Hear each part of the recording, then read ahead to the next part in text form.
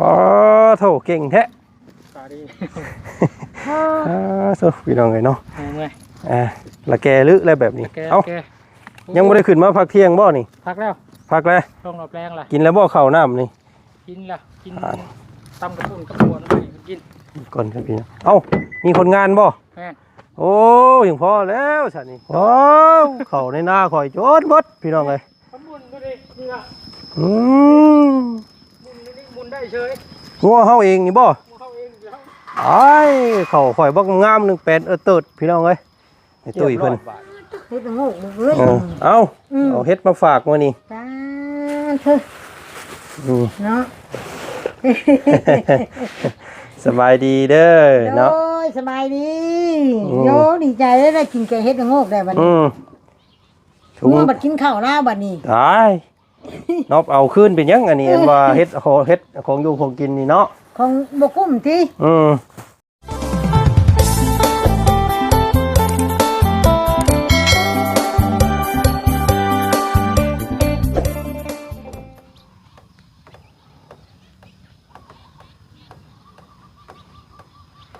เนาะเปิดภาพมามัดก้าเต็มหลังรถบัตรที่นี่พี่น้องเลยเนาะ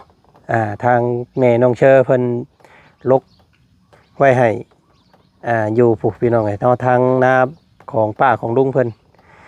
พอดีแม่น้องเชอเพิ่นเฮ็ดน้ำป้าน้ำลุง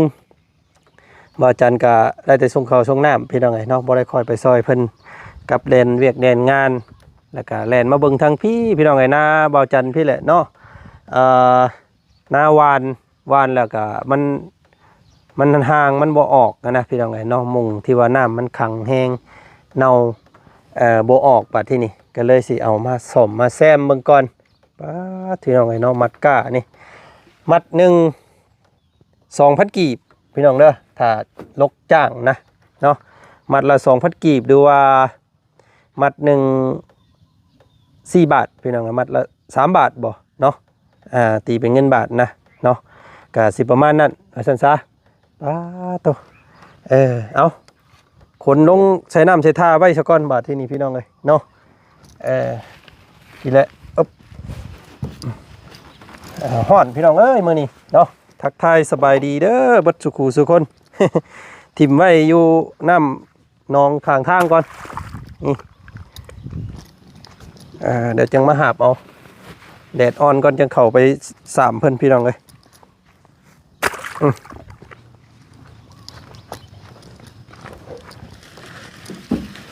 มาหิวหมักแตงแน่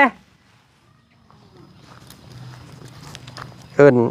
เขาน้องนิ้วเพิ่นมาเอาหมักแตงก่อนพี่น้องเลยปุ๊บโถเบิดนี่ก็พอแห้งพี่น้องเลยเนาะดำโอ้ย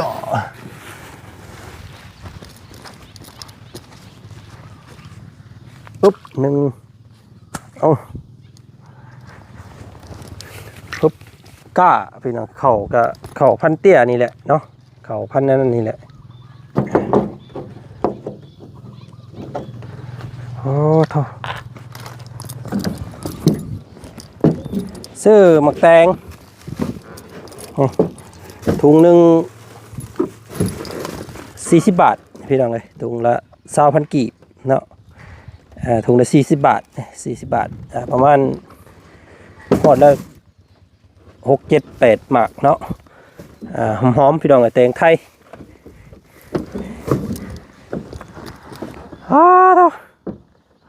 ยังบ่ทันขึ้นจากให้จากหน้าบ่ทางนั้นเนาะ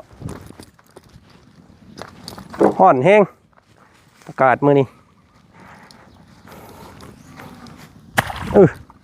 ไว้นี่ก่อน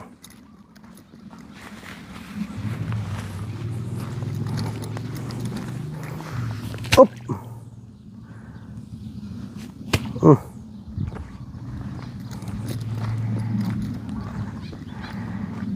นักหน่วงแล้วเบิ่งคนพี่น้องเลยรุ่นแบบว่ายางก้าวขาจนบ่อยากออกเลยนักแล้วแต่เบิ่งนี่เนาะแต่เพะกระพามาโอ้ยเอาเพิ่นเน่เนาะโตได้จักให้เด้มื้อนี้เนาะได้จักงานมื้อนี้โอ้หลายตัว ปอโถเก่งแท้ ตาดี โถพี่น้องเลยเนาะ เมื่อย ละแกลึกแล้วแบบนี้ แก เอ้า แก ยังไม่ได้ขึ้นมาพักเที่ยงบ่นี่ พักแล้ว พักแล้ว ต้องรอแปลงล่ะ กินแล้วบ่ข้าวน้ำนี่ กินละกินตำกระปุ่นกระบัวน้ำมันกิน ก่อนครับพี่น้องเอ้ามีคนงานบ่ แม่น โอ้ยังพอแล้วฉันนี่เนาะเพิ่นมีคนงานใช่พี่น้องเอ้ยมื้อนี้ มันมา8 คน โอ้ โอ้ เอ้าน้ำเย็นๆฉัน เด้อขอบใจ พอได้ลาดปากพี่น้องเอ้ย ไปเบิ่งแล้วบ่ แล้วมีเฮ็ดละงูก โอ้ หนูแล้วอันพอละไปคอยหิวช่อยตัวนี้ เด้อ เออ ต่อค้างบอกอ่ะ ไปพี่น้องเลยเนาะไปเบิ่งน้ำเพิ่นก่อนเพิ่นได้พนักงานมื้อนี้เพิ่นได้คนงาน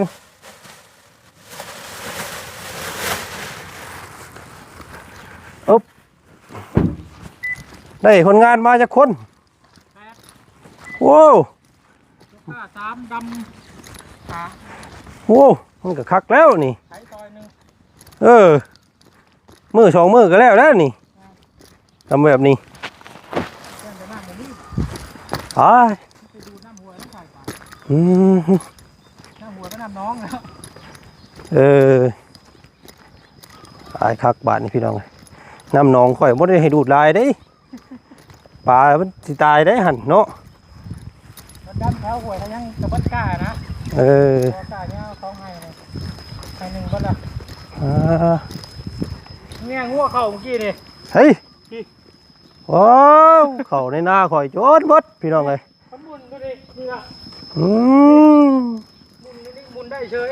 งัวเฮาเองนี่บ่ งัวเขาเองเดี๋ยว อ้ายเข้าข่อยบ่งาม1 8เติดพี่น้องเอ้ยเรียบร้อยบาทนี่ตายคักแบบ ไปไม่ตุ้ยค่อยลงไปถูกครับตุ้ยเขาเนี่ยเป็นตุ้ยเขาไม่ตุ้ยเลี้ยวเห็นกะคล้องนั่นนี่คล้องมันดุดออกก็เลยขึ้นมา โอ้ยเนาะงัวกินข้าวป่านนี่พี่น้องเอ้ย ตะนางมาใส่แล้วบาท อืม เอาไปอยู่ โอ้ต้องเอาตะนางข่อยเว้าอยู่ชื่อตะนางรถมาใส่ ตะนางมาใส่เอา หอบมันเข่าหอมได้มันถือกินเข่าอ๋อเพิ่นดำแถวใดได้พี่น้องเอ้ยแถวนี้เนาะโอ้มันก็ม่วนแล้วแบบนี้5-6 คนเลยดำอีกมือ2 มือก็ ข้ากระลงง่ายครับ เบิดแล้วนี่แถวห้วยแถวยังดูดเอา มือลงง่ายใหญ่ให้หัว เอามาส่งเสบียงอาหารเพิ่นก่อนพี่น้องเอ้ยมื้อนี้เนาะ นิ้วเอาละทำไว้ลุงไว้ลุงมาส่งเสบียงหน่อยไว้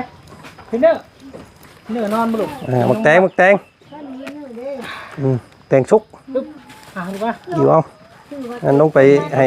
อาอินกับแม่น้องนิ้วเพิ่น เอานี่ไปหันรถไถก่อนรถไถเท่เลย รถไทยก็สิตายเพราะรถไทย แม่นอะไร ไถ เฮ้ย บ่ได้บ่แม่นบ่ บ่ไปบาดบาดนี่มันเคยเลยมันระวังรถบาดนี่ ตายเฒ่าว่าเนาะ เรียบร้อยแล้วแล้ว อืม สุดพี่น้องไปทางในตุ้ยเพิ่น เฮ็ดโง่เอ้ย เอาเฮ็ดมาฝากมื้อนี้ จ้าเถอะเนาะ สบายดีเด้อเนาะ โอ้ยสบายดีโยดีใจได้กินแกงเฮ็ดโง่ได้บัดนี้งัวบัดกินข้าวแล้วบัดนี้ ตายนอบเอาคืนเป็นยังอันนี้ว่าเฮ็ดของอยู่ของกินนี่เนาะ ของบ่กุ้มติบ่กุ้มงัวมันบังอันนั้นน่าละย่างลงไปหมู่ลงหูลงไปนะบ่ได้ละลงไปห้องน้ำก่อนบัดนี้ว่ะเดี๋ยวเห็นห้องกะเฮิงเติบไร้เผื่อพวกนี้สิได้ยินเพิ่นอยู่ในเห็นเนาะน้องนิ้วก็ไปคือกันอ้าวตัว เกียดเติดเข้าเราติ โยบ่นิ้วสักตัว อัน3 ตัว เลย ตัว4 ตัว อ๋อบ่พุงมัน มันบนนะบนนั่นคือนี่กะมันห้องแช่ๆกะปุ๊กพอน้องนิ้วลงไปเยิงเบิ่งแต่ของยังมันออกน้องคอกันแน่ของหัวยังบ่คักน้ำหันนั่น หาตะนางเด้เฮาเว้าอยู่ ภาคทางนั้น ซื้อตะนางตัวสั้นนั่นมาอ้อมไว้ ภาคทางนั้น มันจังบ่เข้า บ่ว่า สั่นมือแล้วนี่มันเข้างามแหละมันเบิ่งบ่ได้ทันมันได้ มันเพิ่นมันเอาหางก้าให้กินแน่ มันยามนะ ยามแล้วเจ้าบัดนี้ เพิ่นเอาไปสร้างสู่เพิ่นกินมื้อนี้ อันแกงหน่อไม้หัวหน่อไม้ครับมันปิ้งปลาทู โดย กินกับมะโม โอ้หาหน่อไม้ให้แล้วให้เพิ่น เนาะมันจัง กินอยู่เพิ่นก็ดี อันนั้นพี่น้องเอ้ยนี่ เนาะ ของมีไรเพลงมันเป็นง่ายได้ดีเนาะ ก็บ่แพงดอก ค่ะ 3ถุงแสน ป้าเธอ นี่ก็ประมาณ300,000 โอ้แค่เลยทำเพื่อนนี่ว่าดีบ่ได้กินน้ำเพิ่นแหละไปทางอย่างเพลงสิแต่น่ะแม่ลงชื่อให้วางหันนั่นได้ปานไหนเฮ็ดพ่อชามเชนชื่อหยังเจ้าอีสากินเท่าไรเราอ่ะ เอาเนาะมันยากมันน่ะพี่น้องเอ้ยมันหากินยากมัน เฮ็ดมันออกมาหาออกแล้วนี่เนาะหาจะเห็นเนาะ แม่นเอาใบเก่งกินแรง แม่น้องเชอได้ไล่แต่บ่ทาง ได้ นั้น แล้วคนละครึ่ง แม่น้องเชอไปบ่คือดำหน้ามันนี่ เพิ่นลำหน้าเพิ่นเอาก้าให้อยู่หั่นสิลงไปแซมก่อนบาดนี้ แม่น เพิ่น มีหน้ามี 10 บ่ กว่ามัด20มัดพู้นแหละพู้นแล้วแซมไปซักดุมดิมไปแล้วมุ่งแถวให้ตัวผู้ลุ่มอืม เพื่อนเจ้ามาเบิ่งวานนี่ เพื่อนยุเพิ่นสิว่าจักจะได้ตัวบ่เห็นเพิ่นคำเห็นก็สิห้องชะลาวอยู่ เฮ้ย ราสิว่าคักบ่คือราสิว่านาบ่ราสิว่าบางนี่ใหญ่เด้นำมาเด้อเบิ่งแม่น้องนิ้วว่าอันตาลุงยู่ได้แม่เอ้ยตาลุงยู่มาเบิ่งข่าวหน้าลุงพุ่นว่า ตัวเองบ่เห็นคำเห็นก็สิถามแล้วอยู่ ปันไดดอกมันอยากมีหญ้าต้องฉีดหญ้าก่อน เออ มันคุมหญ้าอีก ประตูนั่นเด้อประตูพุทธาเด้อให้แม่น้องเชื่อเว้านำดาว เราฉีดบ่ ราสิ อืม แล้วเว้ากับแม่น้องนิ้วอยู่ เอา ราสิแต่จ้างแล้ว อืม สิให้เฮาแน่เถอะเราว่าเราว่ามันแดดซะก่อนมันบ่มีน้ำก่อนเว้าน้อง น้อง แม่ ตื่น มี ไว้ น้ำให้ใหญ่ ไว้ แต่น้ำมันได้ บ่นาให้ใหญ่มันบ่ต้องฉีดก็ได้นะ มันมีอย่างได้เพิ่นว่านะ มันขังน้ำเอา ทางคือตะเก้าหั่นแหละทางตะเก้ารักลูกน้ำอยู่ โอ้เบิ่งก่อนไล่ง่วยก่อนสัน เบิดได้ไปจักแล้วปูกับข้าวเอาพันกุ๊กอันนั้น โธ่งัวหลายเห็นว่าหัวมันหมุนไล่เบิ่งฮึหาตะนางเอาบาดนี่ใช่พี่น้องไอ้นอบลงไปเบิ่งคนงานเพิ่นก่อนหลายคนนี่ดีบ่นี่เนาะโธ่โอ้เพิ่นได้คนงานเด้อพี่น้องไอ้มื้อนี้ผู้เนาะโอ้ยซื้อน้ำมาก็บ่พอคนซ้ำบาดนี้เนาะคิดว่าบ่มีผู้ใดมาสิดอกคิดว่าคน2คนนึงสิดอกแล้วผู้ว่ามาพอเต็มให้หน้าอยู่ตายคักบาดนี้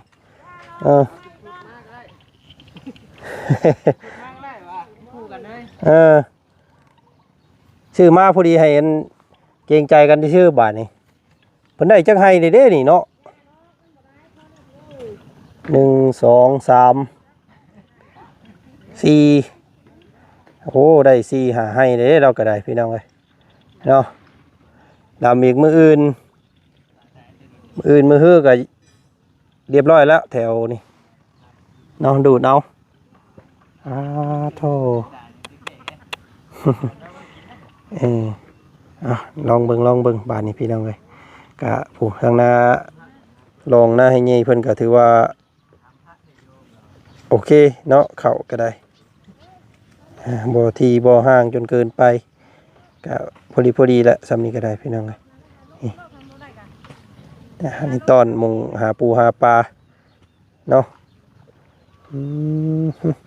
เขียวสู้พี่น้องเลยเนาะยามนี่ปักซุ่มเย็นอากาศดีเนาะยามเที่ยงโถลูกก้ามัดเท่าไรได้ผลจ้างเนาะลกเอา3 คำจะว่าได้เงินย้อนไปจัก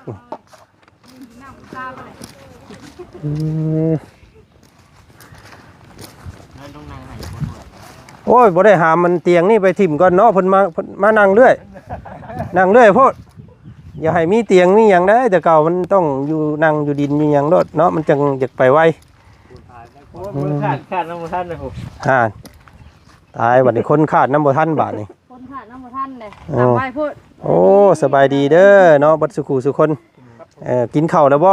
กินแล้ว เรียบร้อยเลยเนาะ ร้อยหายก็ลง นี่เด้อาหารก็บ่ได้ยากนี่สั้นเอามะม่วงยัดโบกพอคนละโบก2โบก ก็ม่วงน้ำเทียมตุ้ยแล้วจนเบิดวะ เออ พูดหน่วยสองหน่วย เกี่ยวเพิ่นลำ2คนคือว่าเห็นลงเฟซมื้อเช้านี่คือว่าน ายทุ่งนาย นายุ่งนายอง2เท่าเพิ่นแล้วพอมาเพราะว่าเต็มเบิดเนาะโอ้สั่นก็ซื้ออันน้ำมาหลายอยู่ดอกพี่น้องเอ้ยเนาะได้1 2 3 4 5 6ให้7ให้ได้เราก็ได้ยังมุงนี่แหละกับมุงทั้งห้วยประมาณอีกมาให้อีกจัก3 มื้อเนาะมาอีก3 มื้อ4 มื้อก็คือสิแล้วอยู่ดอก ดีนะเบิดก้าตาเราลูกอะไรกายาว โอ้ดำแถวห้วยครับแถวนี้จังขึ้นมาก็ได้ตัวกาเราเผื่อมันใหญ่เผื่อเบิดนี่ก็เดืออีกนาเรานี่เนาะให้ก็ลายอยู่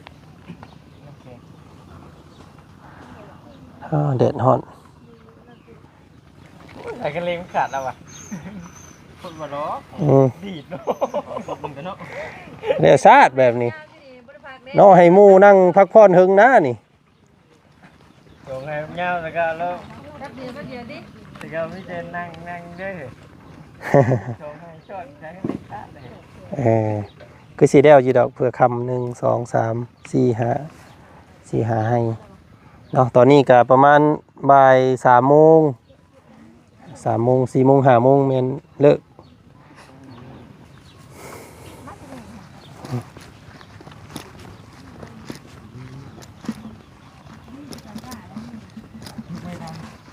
เขากาเราก็ได้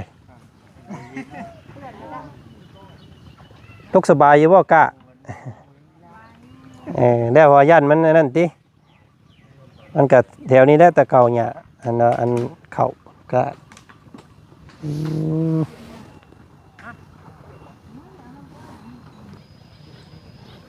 โอ้หน้าได้พี่น้องครับนะนี่ก็นี่แหละเนาะเขตของบ่าวจันทร์ลงไปพุ่นแม่นเนาะพี่น้องเลยเตรียมตัวพักผ่อนสักน้อยลงไปซ่อมแซมก่อนพี่น้องเลย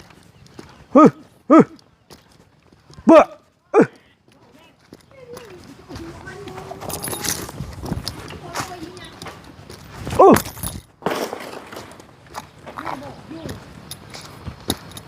เด้อ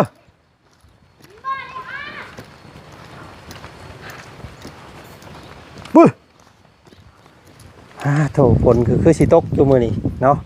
มืดครึมพี่น้องเอ้ยสลึมสลืออากาศโถเอาพี่น้องเอ้ยเนาะกะถ่ายทำให้พี่น้องเบิ่งซ้ำนี้ก่อนคลิปนี้เจอกันใหม่อีกคลิปหน้าคลิปนี้สบายดีสวัสดีเบิดสู่ผู้สู่คนเนาะส่งข้าวส่งน้ำเพิ่นก่อนมื้อนี้พี่น้องเอ้ยไปเนาะเดินทางหาบก้ามาซ่อมก่อนบาทนี่พี่น้องเอ้ยเตรียมลงหน้าก่อนบ่จันก็ได้กลัวผู้เดียวเลยเนาะ